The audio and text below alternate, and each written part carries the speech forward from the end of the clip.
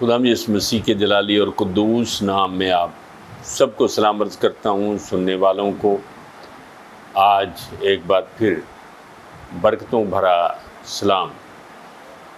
آج ہم دوسرے حکم کے اوپر غور کریں گے۔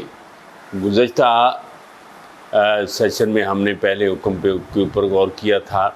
آپ جانتے ہیں کہ خدا نے 10 احکام اپنے بندہ موسیٰ کی معرفت کوہ سینا پر دوران بیابانی سفر عطا کیے تھے، اور ان 10 حکموں میں سب سے پہلا حکم جو تھا وہ تھا ایک خدا کو ماننا۔ اور آج ہم جس حکم کے اوپر غور و خوض کرتے ہیں یہ دوسرا حکم ہے، تو خداوند اپنے خدا کا نام بے فائدہ نہ لینا۔ میں اس سے پہلے بھی کئی بار یہ ذکر کر چکا ہوں کہ پہلے اور دوسرے حکم کو جس طرح سے بعض چرچز مانتے ہیں، پہلے اور دوسرے حکم کو اکٹھا کر دیا گیا ہے، یعنی ایک خدا کو ماننا اور بتوں کی پوجا نہ کرنا، اور 10ویں حکم کے 2 حصے کر دیے گئے ہیں، تو اپنے پڑوسی کی کسی چیز کا لالچ نہ کرنا اور اپنے پڑوسی کی بیوی کا لالچ نہ کرنا۔ یہ 17 آیات ہیں خروج 20 باب کی پہلی آیت سے 17 آیت تک، اور یہ آیات 10 احکام کی آیات ہیں۔ ان کو مختلف چرچز نے، بڑے چرچز نے اپنے طریقے سے ان کو نمبرنگ دی ہوئی ہے، جبکہ بائبل مقدس میں ان کی نمبرنگ نہیں ہے بلکہ آیات ہیں۔ تو آج ہم دوسرے حکم پر غور و خوض کرتے ہیں، تو خداوند اپنے خدا کا نام بے فائدہ نہ لینا۔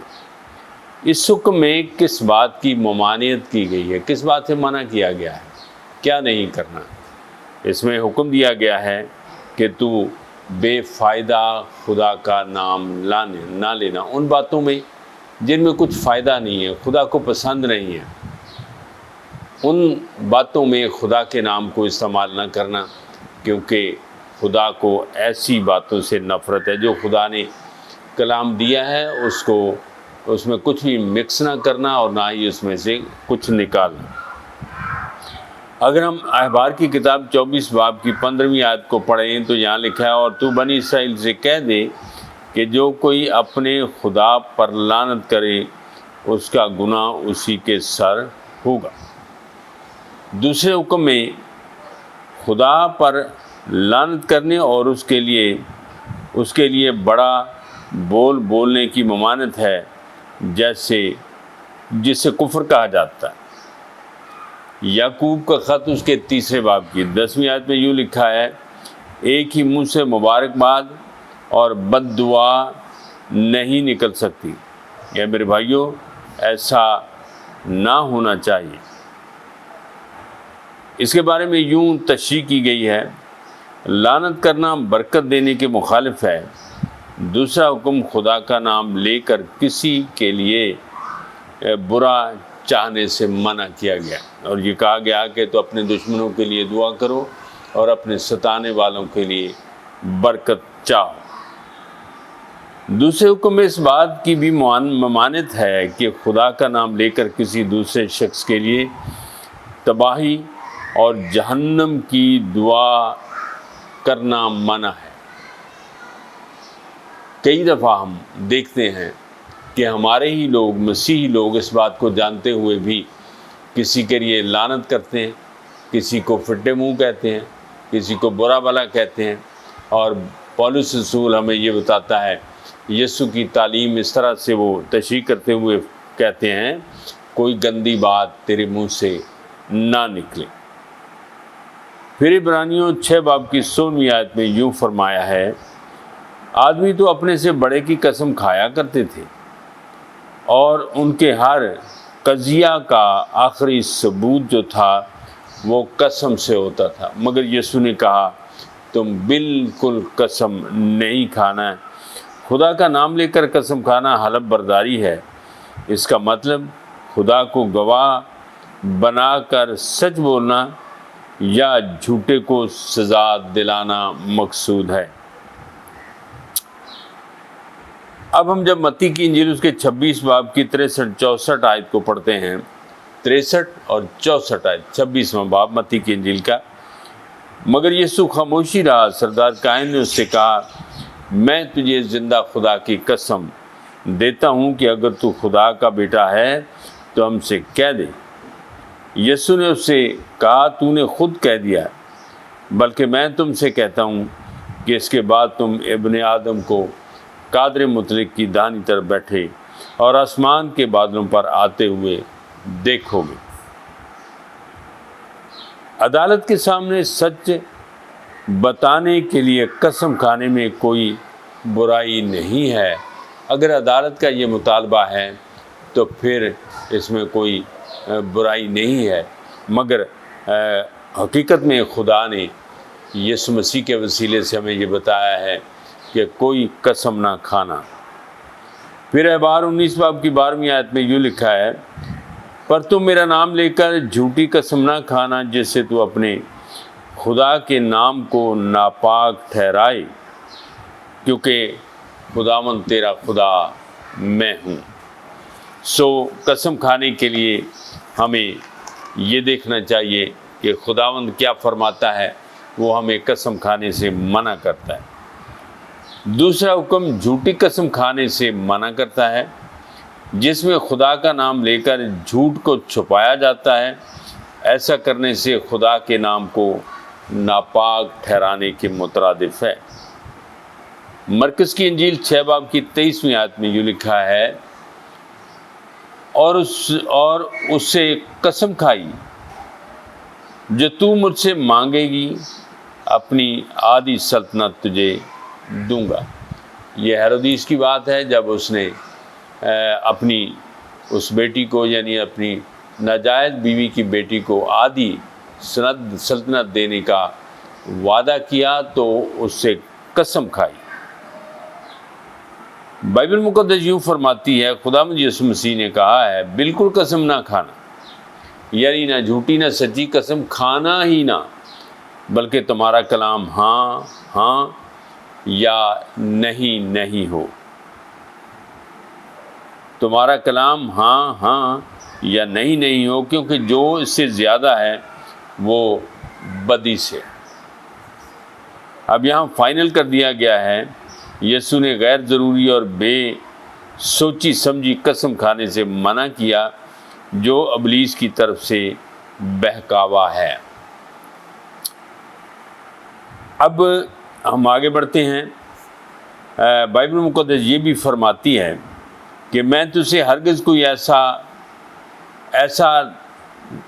تجھ میں کوئی ہرگز ایسا نہ ہو جو اپنے باپ بیٹے یا بیٹی کو آگ میں جلوائے، فالگیر یا شگون نکالنے والا یا افسونگر یا جادوگر یا منتری یا جنات کا آشنا یا رمال یا ساحر، سب جو ایسے کام کرتے ہیں خدا کے نزدیک مکروہ ہیں، اور انہیں مکروہات کے سبب سے خداوند تیرا خدا اپنے سامنے سے نکال دے گا۔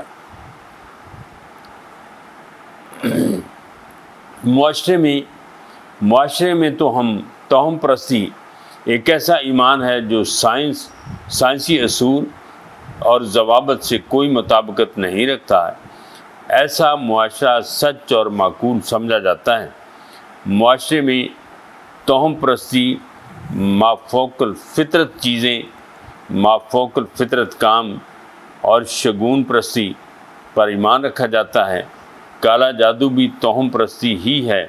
یہ مافوق الفطرت ہیں اور حقیقی ہیں، حالانکہ یہ سائنس کی حدود سے باہر ہیں۔ مارٹن لوتھر توہم پرستی کو اس طرح سے بیان کرتا ہے، اس طرح سے اس کو تشریح کرتا ہے، کیونکہ خدا کا نام استعمال کر کے روحوں کو بلایا جاتا ہے اور کالے علم میں خدا کا نام استعمال ہوتا ہے۔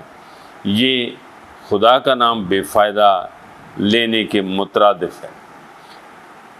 یہ پہلے حکم کے خلاف ہے، بلکہ خدا کا نام استعمال کرتے ہوئے دوسرے حکم کی نافرمانی کرنا ہے۔ کالے علم کے تجربات کرنے سے منع کیا گیا ہے، جس میں مافوق الفطرت کام کرنے کے لیے شیطانی طاقتوں کو استعمال کیا جاتا ہے۔ فالگیر کالے علم میں شامل ہے، فالگیری کالے علم میں شامل ہے جس میں قسمت کا حال، مستقبل کی معلومات دی جاتی ہیں، اور روحانی علم رکھنے والے غیب دان یا قسمت کا حال بتانے والے وہ یہ کوشش کرتے ہیں جو وقت اور جگہ کے لحاظ سے معلوم نہیں ہوتی۔ اسی طرح کی صلاحیت شیاطین کے ذریعے ہی حاصل ہوتی ہے۔ اعمال کی کتاب اس کا 16 باب اس کی 16 آیت۔ علم فلکیات اور زائدہ کھینچنا بھی شامل ہے اس میں۔ دست شناسی یعنی ہاتھ کی لکیریں دیکھنا اور خوابوں کی تعبیر۔ دوسرا حکم تمام برے کاموں سے منع کرتا ہے۔ جادوگری افسونگری پر مشتمل ہوتا ہے۔ یہ اس مادی دنیا میں نوری نتائج لانے کی کوشش کرتا ہے۔ یہ اس مادی دنیا میں فوری نتائج لانے کی کوشش کرتا ہے۔ ہے تو ٹھیک کر رہی بھائی۔ یہ شیطانی طاقت کے ذریعے انسانی قابلیت پر حاوی ہونے کی کوشش کرتا ہے۔ یہ جادو منتر پڑھنے سے اثر انداز ہوتا ہے، اور یہ جادوگر اور یہ جادوگری گڑیوں پر مشتمل ہوتی ہے۔